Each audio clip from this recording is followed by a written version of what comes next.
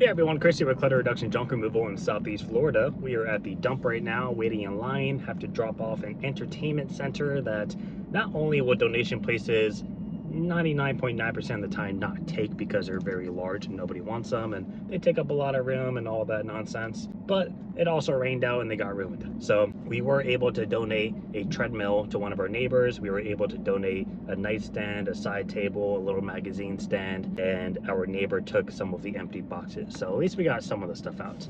But we are here right now and I wanted to share my opinion on something that I found to be helpful when I started junk removal, and that is finding your target audience and who to focus on, because it's really common knowledge who to target for junk removal, right? It's trash. Anybody who has an accumulation of debris or furniture or trash on a semi-annual basis, or a property like an apartment building that has it maybe a little bit more routinely from bulk dumping, or people who get evicted, or people who move out and leave stuff behind.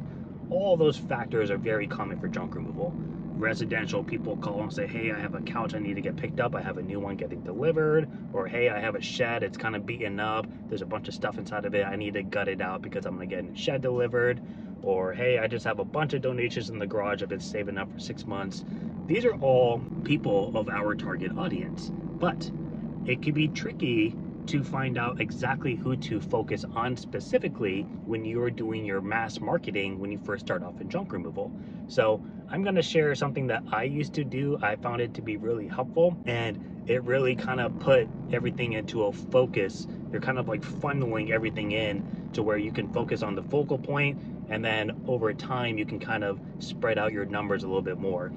So I'm going to screen record it on my phone on Google Maps, and I'm going to use probably Tampa in Florida. It's kind of the northwest part of Florida, and I'm going to use that as an example. But what I'm going to be doing is pinpointing a specific location, probably like a county worth of it, and I'm going to be looking up pretty much 5 different places. I'm going to be looking up storage units, I'm going to look up apartment buildings, realtor offices, senior living facilities, and then just for fun, I'll look up 55 plus communities.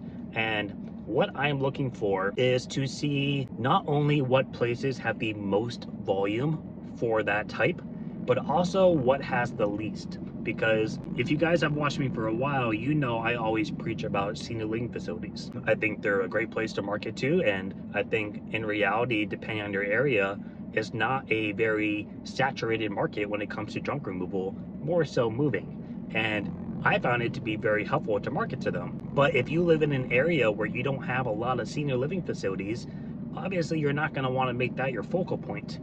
But if you have a ton of apartment buildings, that is something you would want to target. Or if you have a ton of realtors, that's somewhere you would want to target, because you know that with that volume comes higher numbers, and in junk removal, you're playing the numbers game. You're looking for quantity over quality, because you're gonna get jobs that are a quick 75 bucks, a quick $100, a couple of $100 here and there. You're not going in doing a $10,000 demo on a house or doing a garage renovation or something. These are all very quick, small jobs for the most part, unless you're getting into clean outs or you're getting into people moving out and they need to get rid of like half their house. But for the most part, I would say most people's average job size is usually between like 200 to 350, depending on your area, what your prices are. But that would be my take on it all. So I'm going to show you guys what I'm kind of talking about, and feel free to use it in your area and really focus on what you think you can get the most bang for your buck with. Because something to keep in mind is, it's one thing to target a direct person, but it's also a little bit more efficient to target a specific place that inside has numerous people. So like you market to one apartment building, you're marketing to the building, yes, but you're also marketing to the 100 plus people that live in there.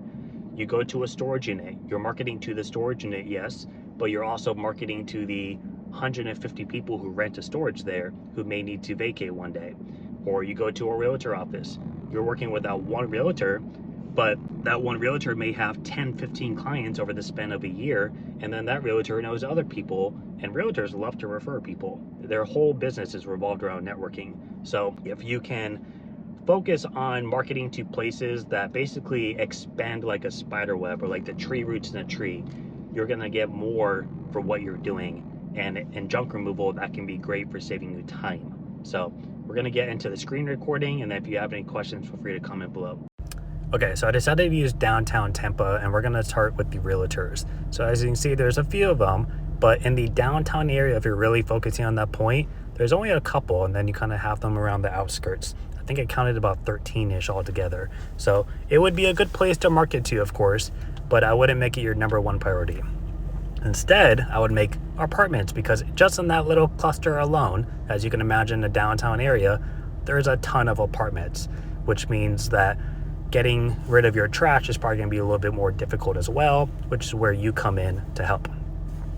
For storage, as you can see, there's not really any in the downtown area. You kind of have to travel out to the end. That is something I always cross off the list until later on. And then even with senior living facilities in the downtown area, there's like 1 or 2. Otherwise, you have to travel a little south. So that's just something to kind of keep in mind, as you want to focus on what's right near you first and then work out. Even with 55 plus communities, Tampa is a very retirement based area, just like the rest of Florida. But as you can see in the downtown area, there's not much. So with that being said, apartments obviously are the breadwinner, which is great because you remember every apartment building is going to have probably 50 to 100 plus people living in it.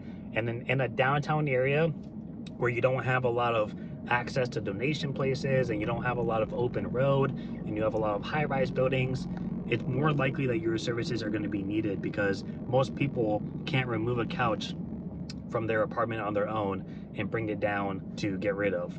Donation places won't go upstairs, they won't go in elevators, and most apartment buildings don't allow bulk dumping. So that is a literal breadwinner for you. And then next up, we saw that there was a few realtor offices kind of scattered about 10 to 15 of them, give or take.